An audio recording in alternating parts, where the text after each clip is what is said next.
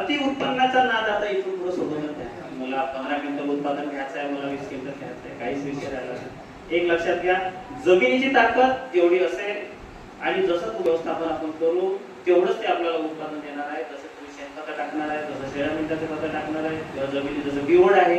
यावर्षी आपण सोयाबीन घेतो, चणा घेतो, चण्यानंतरची चण्यावरची व्हरायटी बघा किती सुंदर असते. आणि निसर्ग नियम आहे आणि तुम्ही सुद्धा अनुभवलं असेल, जेव्हा बैल वगैरे चालताना तुऱ्यावरचं वगैरे एखादी झाड कपाशीचं म्हणा किंवा तुरीचं म्हणा, जेव्हा तेरावर खाते, खाल्ल्यानंतर त्याला फुटवे येतात आणि ते फुटवे मजबूत करतात.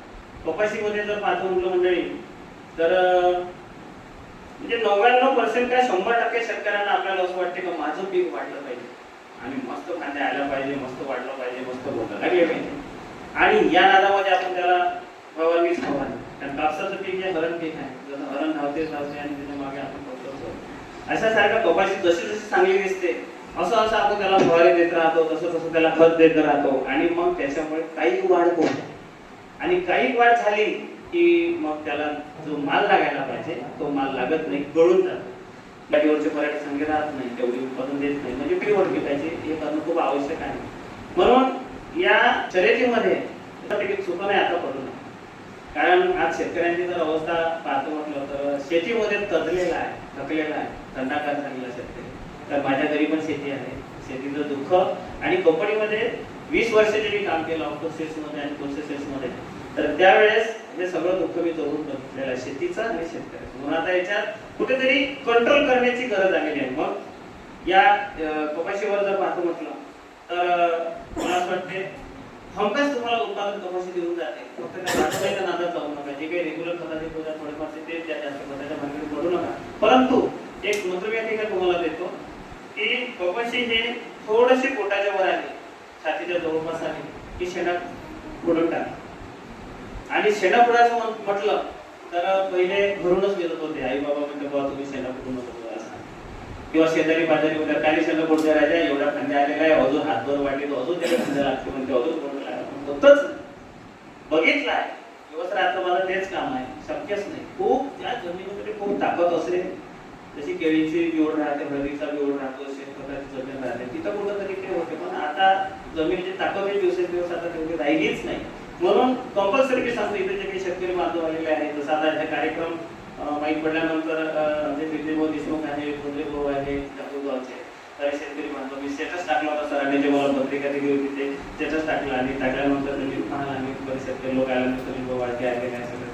तर शेता जो आहे, सगळ्यांना माझी एकच विनंती आहे इथे सगळ्यांना की तुम्ही सुद्धा आता मंडळी शिक्षण घेत आहे BSc ॲग्रीचं, आजच आपल्या आई वडिलांना सांगा आपल्या कपाशीचा जो शेंडा आहे तो मात्र पोटाच्या वर झाड आलं की त्याचा शेंडा पडतो. आता याच्यामुळे फायदे सांगतो काय होते. नेमकं आपलं अंतर आहे 3 बाय 1 फूट, 2.5 बाय 1 फूट पावली आपली लागवड आहे. आणि झाड वाढत जाते, फांद्या वाढत जाते, झाडाची वाढ जास्त झाल्यामुळे सूर्यप्रकाश त्याला मिळत नाही, मांड होऊन जाते, झाडाचा माल पडून जातो. शेंडा लहानपणी फुडल्यामुळे सूर्यप्रकाश हवा चांगली राहते. आणि नॅचरली निसर्ग नियम असा सांगतो की जे अन्नद्रव्य जमिनीतून झाड जमिनीतून घेत राहते, तर घेता घेता जसं जसं अन्न येते आपण देतो किंवा जमिनीतून अन्न मिळते, वातावरणातून मिळते, तसं झाड वाढत जाते आणि तो त्याचा कार्यकाळ वाटीतच गेला तर मला लागत नाही.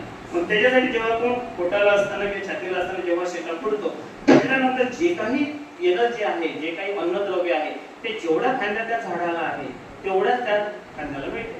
समजा उदाहरणार्थ 15 फांद्या तोपर्यंत आल्या असेल शेंडापर्यंत आणि त्याच्यानंतर पुन्हा 10 फांद्यावर येणाऱ्या राहते, तर त्याला ते अन्न न जाता तेवढ्याच फांद्याला ते अन्न मिळते, पात्याला अन्न मिळते, त्या फुलाला अन्न मिळते, पोटाला अन्न मिळते, त्याच्यात जोड कमी होते. हा माझा 100% जे मी बघितलेलं आहे याच्या पिकामध्ये खाली पीकमध्ये तो अनुभव तुम्हाला सांगतो. म्हणून शेंडे कंपल्सरी कुठा.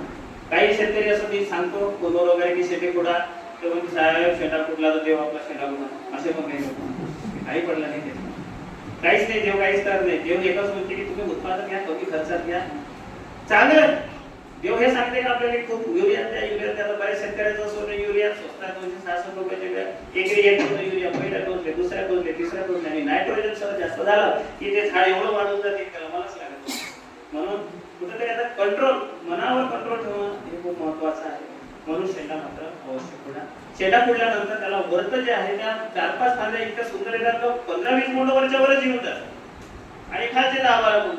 आणि हे जे आपली लागवड आहे 3x1, 2x1, 4x1, त्याच्यामध्ये 25-30-40 बोंड खूप झाले हो. त्या 3x1 वर 20-25 बोंड खूप झाले. 25 बोंड जरी एका झाडाला सरासरी लागले ना 10 क्विंटलचा उतारा येतो. आणि शेंडा कट केल्यामुळे त्या कापसाचं वजन वाढतं. तुम्ही प्रयोग करून पहा. ज्याचा शेंडा फुडला नाही त्याचा जर 4 ग्रामचं वजन असेल तर शेंडा फुडला तिथं 5-5.5 ग्रामचं वजन बोंडाचं होते. कारण अन्नद्रव्याचं ताकद जास्त नाही. म्हणून या पद्धतीनं आपली कपाशी नियोजन करायचं.